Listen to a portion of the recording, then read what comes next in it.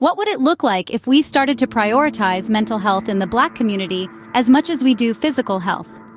In a world where conversations around mental health are becoming more frequent and less stigmatized, there's a specific conversation that often gets overlooked. That is the conversation around Black mental health. You see, for centuries, the Black community has been resilient in the face of countless adversities. However, this resilience doesn't make them immune to mental health challenges.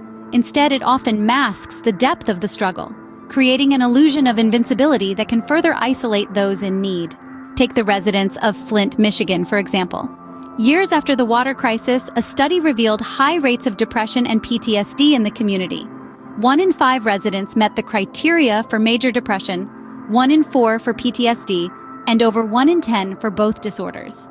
The environmental disaster had a long-term psychological impact, underscoring the necessity of addressing mental health needs in affected communities. Now, imagine the trauma that gets passed down from generation to generation, like a heavy baton in a never-ending race. The weight of this baton is made heavier by systemic racism, poverty, and reduced access to healthcare. The effects are profound and far-reaching, contributing to a mental health crisis in the Black community that's often unseen and unaddressed. Consider the story of John, a retired police officer. He responded to the Charleston church shooting in 2015. John continues to grapple with PTSD and rarely discusses the traumatic events of that night.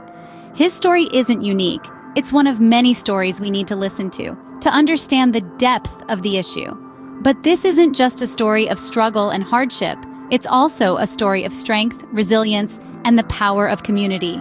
It's a story that calls us to action. So, what can we do? Firstly, we need to start by acknowledging the issue. The stigma associated with mental health in the Black community needs to be dismantled.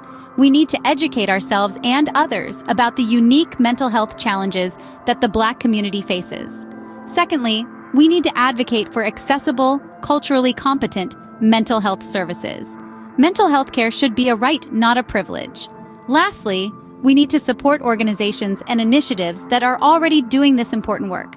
Whether through donations, volunteering, or simply spreading the word, every little bit helps. Remember, change starts with awareness. It starts with a conversation, and it starts with you. So I encourage you to learn more about Black mental health. Delve into the stories, the struggles, and the strengths. Understand the effects of systemic racism and the importance of culturally competent care. And then, take action, because mental health matters. Black mental health matters. And it's time we started treating it like it does.